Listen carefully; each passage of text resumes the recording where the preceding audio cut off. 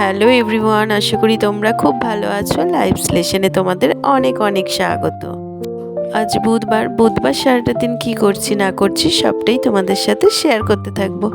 তো পুরো ভিডিওটা দেখতে থাকো, আশা করি ভালো লাগবে। তো এখন বোঝো স্কুলে যাওয়ার জন্য তৈরি হচ্ছে।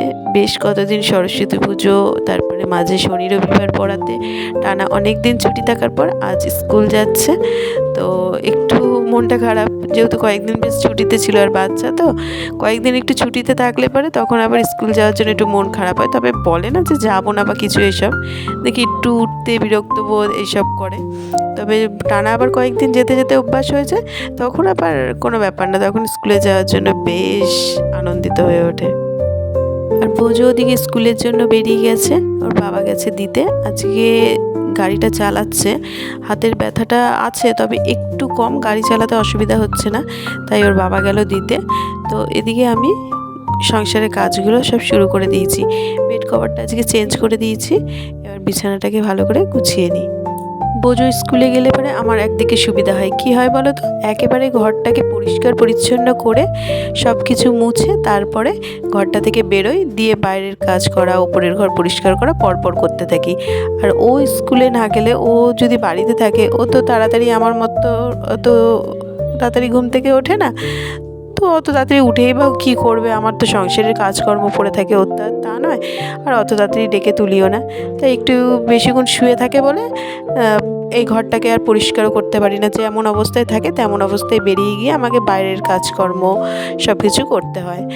আর একদিকে সুবিধা, ও স্কুলে গেলে পরে এই যে সব কাজকর্ম করে একেবারে বেরোবো। তো ওদিকে বিছানা গোছানো, ঘর ঝাড় দেয়, এসব হয়ে গেছে। তো ভাবলাম একটুখানি এইগুলো মুছে পরিষ্কার করি। বেশ দুদিন মুছে পরিষ্কার করা হয়নি, একটু হালকা হালকা নোংরা পড়েছে, মানে ধুলো পড়েছে। তো একটু মুছে নিলে পরে বেশ দেখতেও ভালো লাগবে আর মনটাও অনেকটা শান্তি হবে।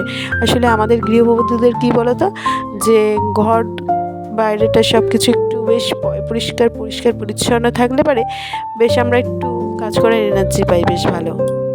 আর আমাদের জীবনটা তো প্রায় বলতে পারো এই ঘর সংসারের মধ্যেই আবদ্ধ থাকে। ওই আলেকালে একটু বেরোনো বরের সাথে, সেটার অপেক্ষাতেই বসে থাকি। কিছু একটু হলে পারে, কোনো ফেস্টিভ্যাল হলে পারে একটু বেরোবো, নয়তো তো প্রতিটা দিন সেই একই রুটিন দিয়ে শুরু আর একই রুটিনে শেষ হয় দিনটা। তো চলো, ওদিকে নিচের কাজকর্ম সব কিছু হয়ে গেছে, জামা কাপড়গুলো সব কেচে কুচে নিয়ে চলে আসলাম ছাদে।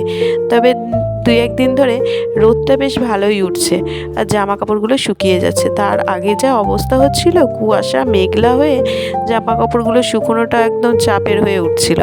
তো এখন আবার 2 দিন ধরে দেখছি না, ওয়েদারটা ঠিকঠাক হয়ে গেছে, যাক ভালো হয়েছে। তো এইসব কাজকর্ম করে আবার আরেকটা ঘর পরিষ্কার করে দেন রান্নাঘরে ঢুকতে হবে।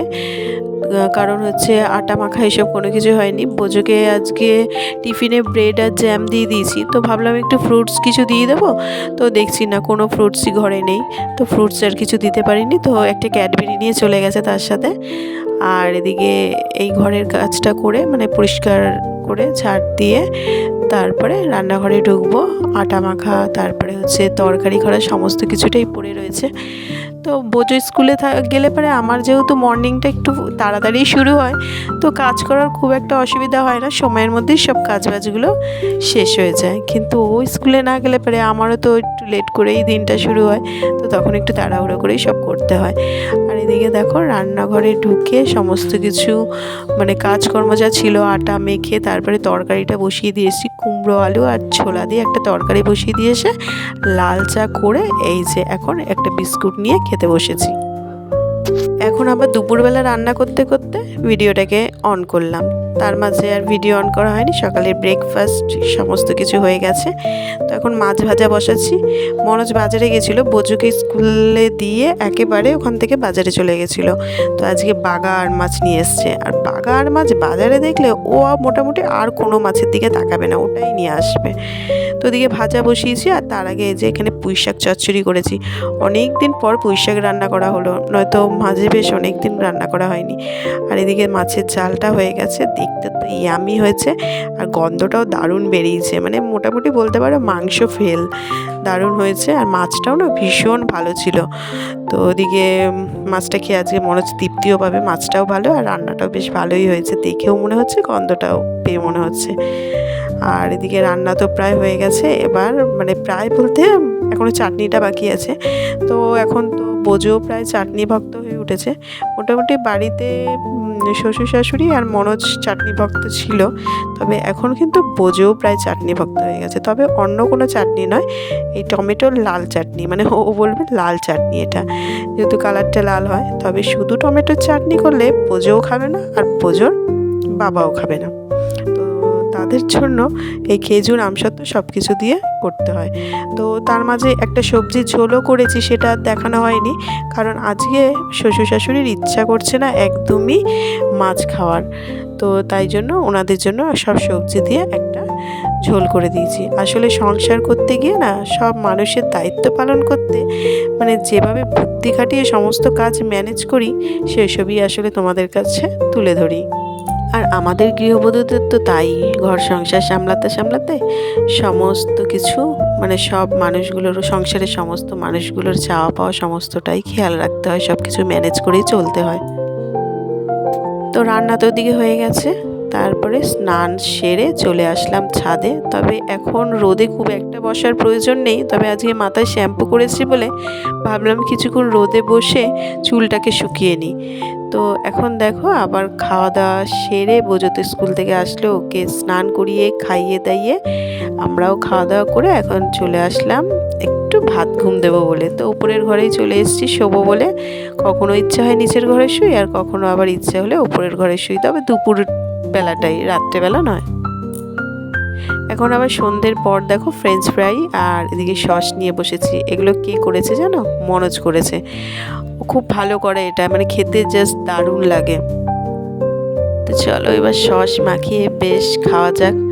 আর সন্ধ্যের সময় এইসব জল খাবারে থাকলে পারে আর কিছু চাই না।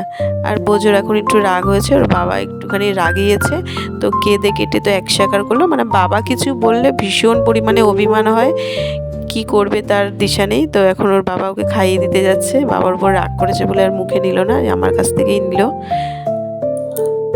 ওদিকে খাওয়া দাওয়া তো হয়েছে, এখন পড়তে বসছে। এখন পড়তে বসছে তা নয়, বিকেলেই পড়তে বসেছে, মানে টিউশন পড়তে এসেছিলো, ওদের সাথেই একেবারে পড়তে বসিয়েছি। কিন্তু এখনও ওর পড়াটা চলছে, ওদের তো ছুটি হয়ে গেছে, কারণ হচ্ছে সামনেই ফাইনাল এক্সাম, এখন তো একটু বেশি বেশি করে পড়তেই হবে।